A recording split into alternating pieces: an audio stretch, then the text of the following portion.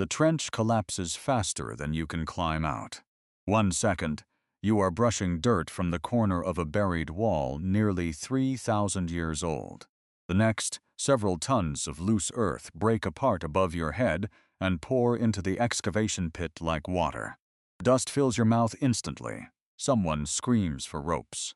Another worker disappears beneath the collapse before anyone fully understands what happened. And by sunset, the excavation continues. Because archaeological digging has always been more dangerous than the public imagines. To outsiders, archaeology looks quiet: brushes, pottery fragments, ancient ruins emerging carefully beneath the sun. But the reality is closer to industrial labor mixed with disaster recovery. Some excavation crews work inside unstable tunnels beneath collapsing cities. Others descend into sealed tombs filled with toxic air untouched for centuries. Desert teams excavate under temperatures capable of killing workers through heatstroke before noon. And beneath every site lies the same pressure: time. Road crews are waiting. Mining companies are waiting. Developers are waiting. If archaeologists do not uncover the buried world fast enough, industrial machinery will erase it permanently. So you keep digging. You work inside trenches deep enough to bury vehicles. You inhale dust older than recorded history. You descend into underground chambers where ancient bacteria, structural collapse, or oxygen deprivation can kill without warning. In some sites, unexploded wartime bombs still lie hidden beneath archaeological layers beside human remains and collapsed architecture. And yet people continue doing this work across deserts, jungles, mountains, and war zones all over the world. Because every buried civilization carries the possibility of rewriting history itself. But sometimes the earth refuses to give those secrets back safely. Long before excavation became mechanized, archaeological digging was closer to survival labor than scientific research. The earth did not surrender history easily. Every buried city, collapsed temple, tomb complex, or forgotten settlement existed beneath layers of pressure accumulated over centuries. Sand drifted across abandoned roads. Flood sediment buried entire civilizations beneath river valleys. Earthquakes collapsed stone structures inward until ancient streets became compressed underground chambers, sealed beneath newer generations of construction. And reaching those places required human bodies. You dig with hand tools because there is no alternative. Pickaxes fracture compacted soil inch by inch. Shovels move dirt into baskets carried manually out of trenches under relentless heat. Entire crews spend months lowering excavation pits deeper into unstable ground, while wooden supports creak around them beneath the weight of collapsing earth. The deeper the trench becomes, the more dangerous the work turns. Ancient cities are heavy. Collapsed walls shift unexpectedly underground. Moisture weakens buried structures over centuries, until entire sections cave inward, without warning once exposed to air. Excavation pits fill with rainwater or loose sediment overnight. Workers descend into narrow shafts where oxygen becomes thin and visibility disappears beneath dust. And every archaeological site contains uncertainty. No one fully knows what lies underground until the digging begins. A burial chamber might open beneath your feet. A hidden tunnel could collapse beneath the trench wall.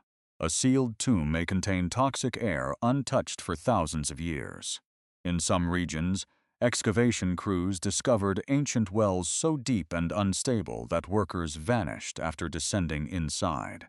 In others, collapsed architecture created underground voids capable of swallowing entire sections of excavation sites without warning. But archaeology kept expanding because industrial civilization was destroying the buried world faster than manual excavation could preserve it. That was the real pressure shaping modern archaeological labor. Not curiosity alone, emergency. By the 19th century, railways, mining operations, highways, dams, and urban expansion were spreading across ancient landscapes at industrial speed. Entire buried cities disappeared beneath construction projects before scholars even knew they existed. Road crews uncovered ruins accidentally and destroyed them within days because stopping industrial work meant economic loss governments refused to tolerate. History was becoming disposable, so archaeology transformed into a race against machinery. You work faster now because developers are waiting behind you with excavation equipment powerful enough to erase centuries in a single afternoon. Construction deadlines determine how much history survives.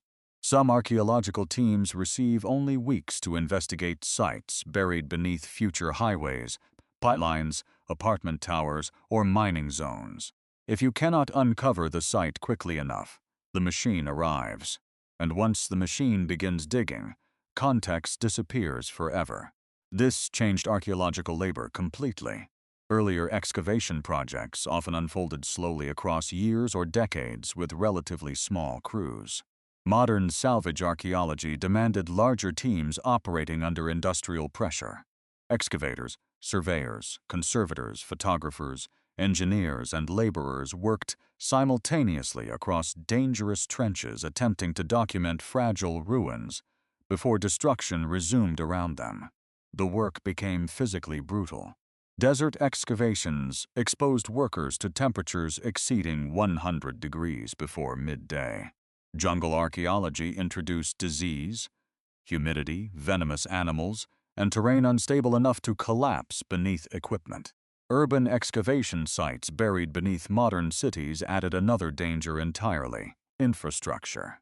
You dig beside gas lines, electrical systems, sewage tunnels, war debris, collapsed foundations. Some archaeological sites in Europe and the Middle East still contain unexploded artillery shells and bombs buried beneath ancient ruins from 20th century wars layered directly above civilizations, thousands of years older. The ground becomes stacked history and stacked danger simultaneously, and underneath all of it remains the body. Archaeological labor destroys the body slowly. You kneel for hours inside confined trenches brushing soil from fragile objects while your spine absorbs constant pressure. Dust enters your lungs daily. Heat exhaustion becomes routine. Repetitive motion damages wrists, knees, and shoulders. Excavation workers frequently carry heavy equipment across unstable terrain where falls, fractures, and trench collapses remain constant threats. Yet archaeology also demands restraint. Unlike mining or construction, archaeological digging requires removing the earth without destroying the information trapped inside it. Every soil layer preserves sequence. Every object carries meaning based on where and how it was buried. Disturb the site too aggressively, and entire sections of history become impossible to reconstruct afterward. This creates psychological pressure unlike most labor. You are not simply digging. You are responsible for memory itself, and memory underground is fragile. Human remains crumble after exposure to air. Wall paintings decay rapidly once sunlight reaches them.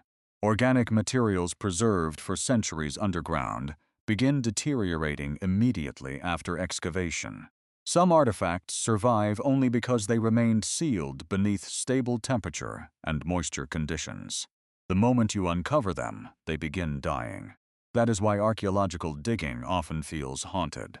You spend your life recovering civilizations already destroyed once before while knowing your own excavation may accelerate their disappearance permanently. Entire excavation teams have watched frescoes crack apart, hours after exposure or wooden structures collapse once surrounding soil support vanished. Sometimes discovery itself becomes a form of destruction, and still the work continues because the alternative is worse. Without excavation, countless buried civilizations remain invisible until industrial expansion destroys them completely. Archaeologists know this. That knowledge traps the profession inside permanent urgency. Dig now, or lose everything forever. This urgency became even more dangerous as excavation sites expanded into politically unstable regions. Some of the world's most important archaeological zones exist inside war zones, deserts, collapsing cities, or regions controlled by organized looting networks. Excavation crews increasingly worked beside armed guards, protecting sites from theft or conflict. History itself became contested territory. And through all of it, the earth remained unstable. The trench does not care about scholarship. The tunnel does not care about discovery. The buried city does not care whether you survive the excavation. Because archaeology is ultimately a confrontation between the human body and compressed time buried underground, and time is heavy. Archaeological digging became dangerous the moment humanity realized the buried world was larger than anyone imagined. At first, excavation was crude. Empires searching for treasure tore into ruins with little concern for preservation. Ancient tombs were opened violently, statues removed, precious metals melted down. Entire historical sites were dismantled, simply because their stone was useful for newer cities rising above them. The past was not yet considered sacred, it was material. But during the 18th and 19th centuries, something changed. Europe's expanding empires became obsessed with the ancient world. Egypt, Mesopotamia, Greece, Rome. Lost civilizations emerged suddenly through colonial exploration, military campaigns, and industrial expansion. Napoleon's invasion of Egypt exposed enormous archaeological interest across Europe. Ancient Assyrian cities appeared beneath desert mounds in Iraq. Pompeii revealed entire Roman streets preserved beneath volcanic ash. And the deeper researchers dug, the more history they found underground. Civilization itself seemed buried in layers. This transformed excavation from treasure hunting into organized scientific labor. Museums wanted artifacts, governments wanted prestige. Universities wanted discoveries capable of rewriting historical narratives.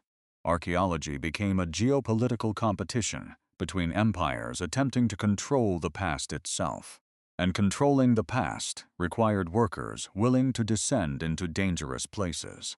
You arrive at excavation sites already surrounded by instability, deserts capable of killing through dehydration, mountain ruins collapsing after earthquakes, tombs sealed for thousands of years, cities buried beneath modern infrastructure, ancient mines flooded with toxic air.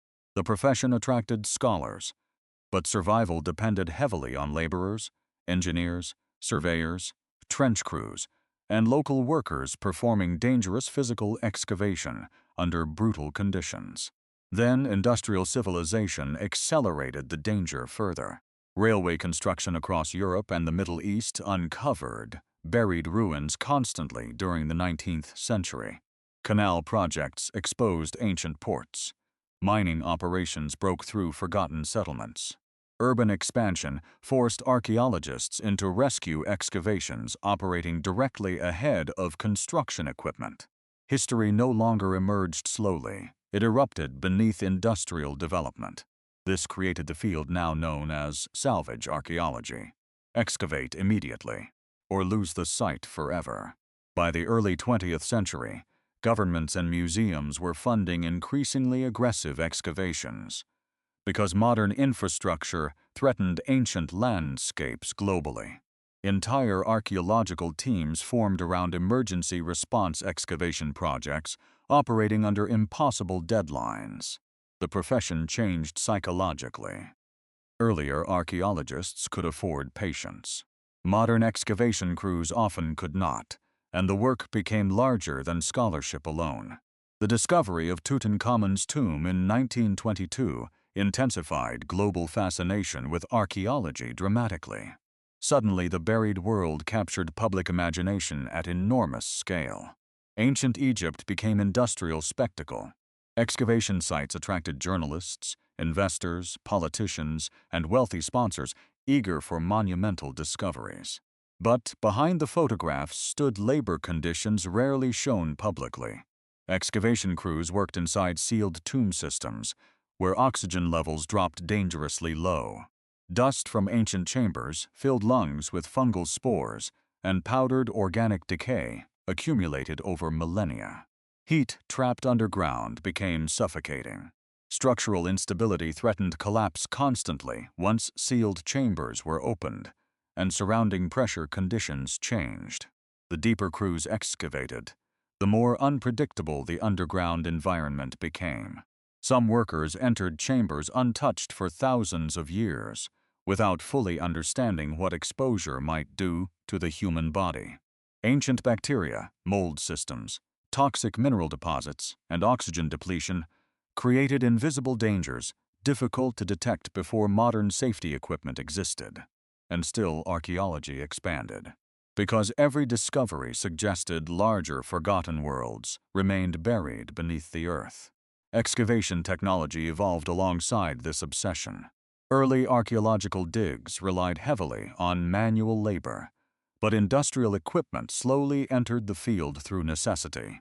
Winches lift collapsed stone blocks. Rail carts removed debris faster than human carriers. Pumps drained flooded chambers. Later, mechanical excavators accelerated large-scale site exposure dramatically. The profession became caught between preservation and speed. Machines allowed archaeologists to reach buried structures previously inaccessible through manual labor alone.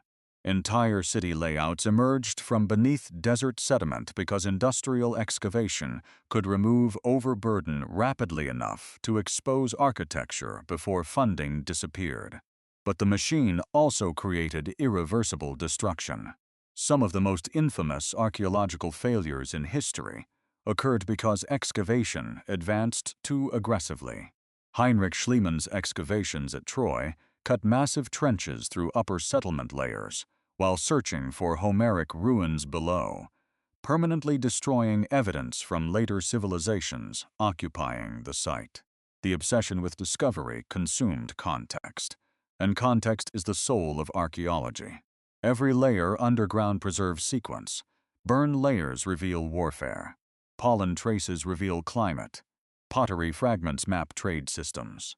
Human remains reveal disease, labor, migration, and violence. Disturb those layers recklessly, and entire sections of human memory disappear permanently. Yet industrial civilization kept forcing archaeology into dangerous acceleration. Hydroelectric dams submerged ancient valleys worldwide during the 20th century.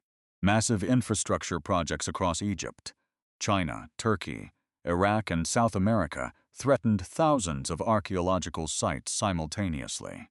Some rescue excavations operated 24 hours a day, attempting to document ruins before rising water buried them forever.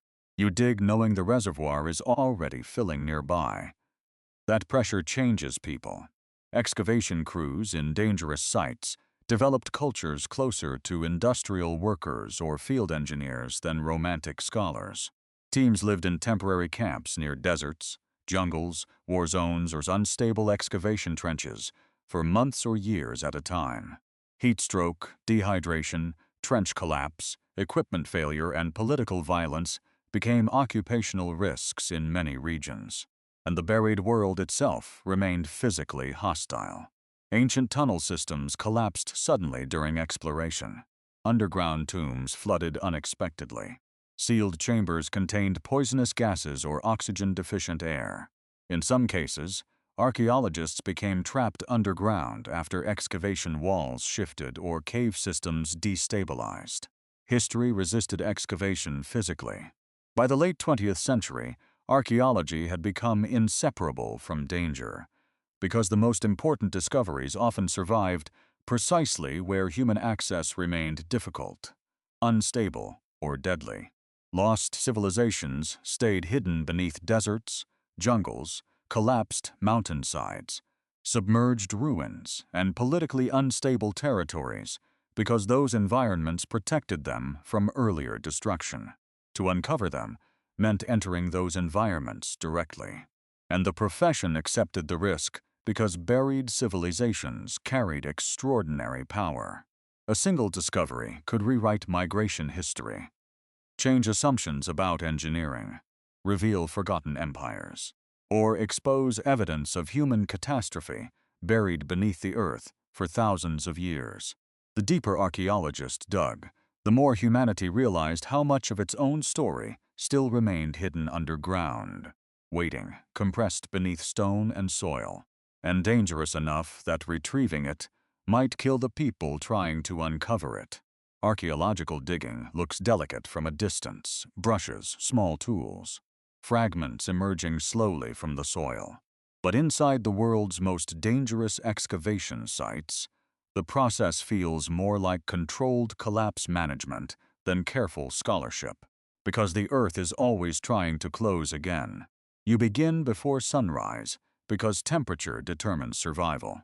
In desert excavations, heat can become lethal by midday. In jungle sites, humidity thickens the air before dawn, while insects swarm exposed trenches, carrying disease through stagnant excavation water. The work starts with measurement. Every trench must be mapped before the first layer is removed because archaeological digging destroys the site permanently as it progresses. Unlike a laboratory experiment, excavation cannot be repeated once the layers disappear.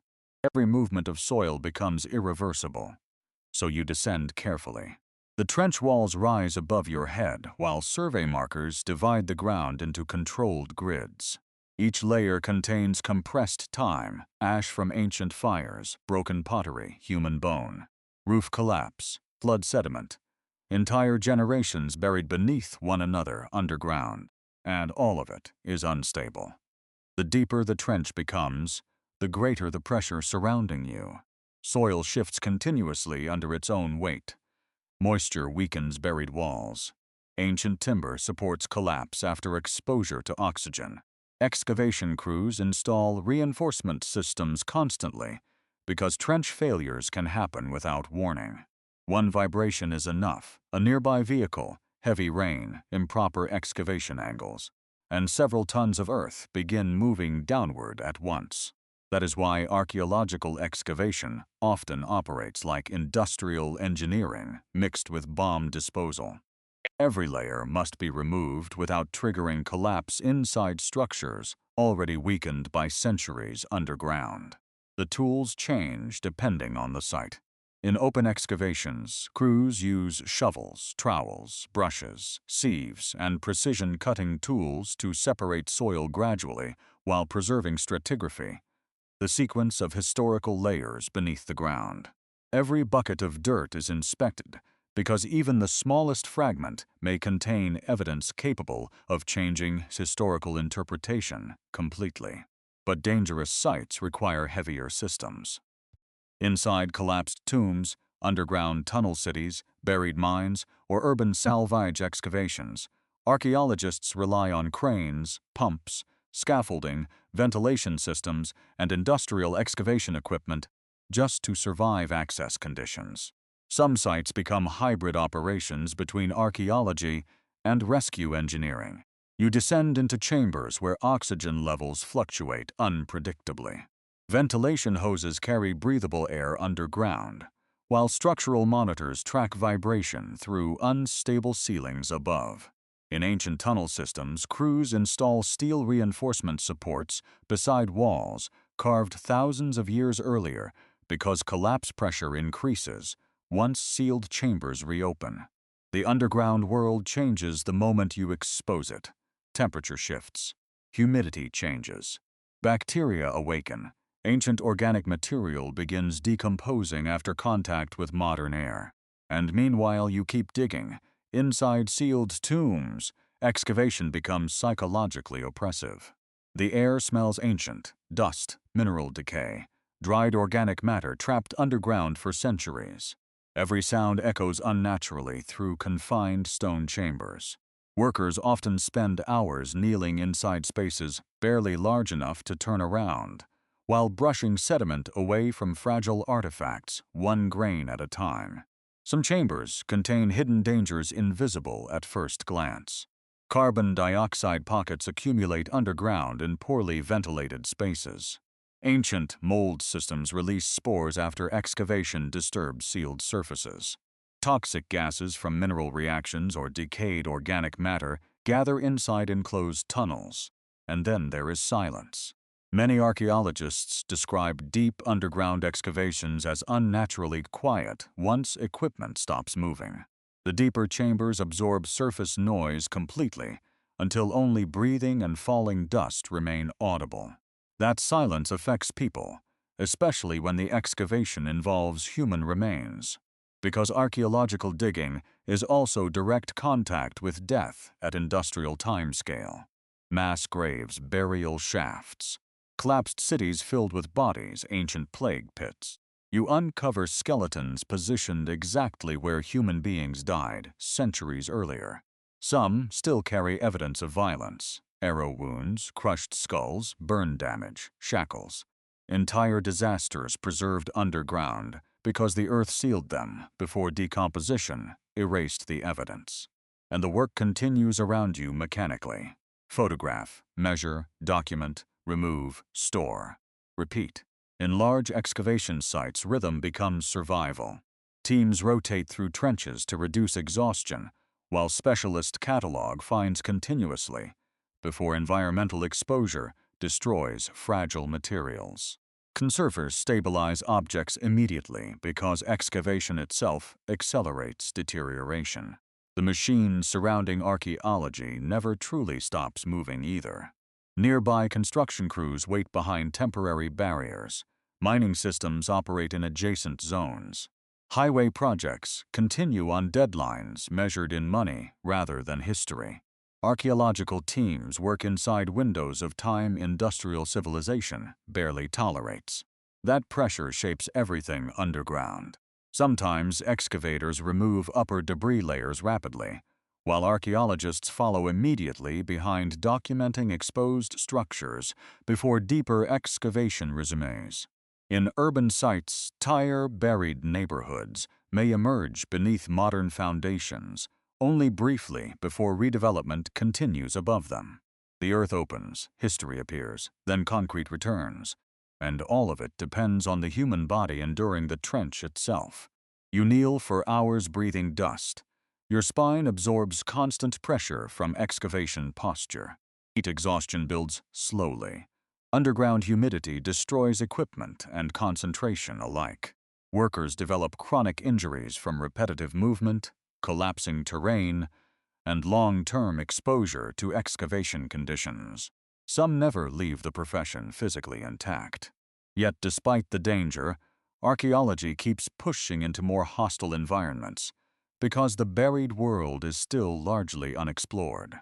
Underwater excavations descend into flooded ruins where divers work near collapsing architecture beneath zero visibility conditions. Arctic archaeology exposes frozen settlements preserved in melting permafrost before climate change destroys them permanently. War zones create another level of danger entirely.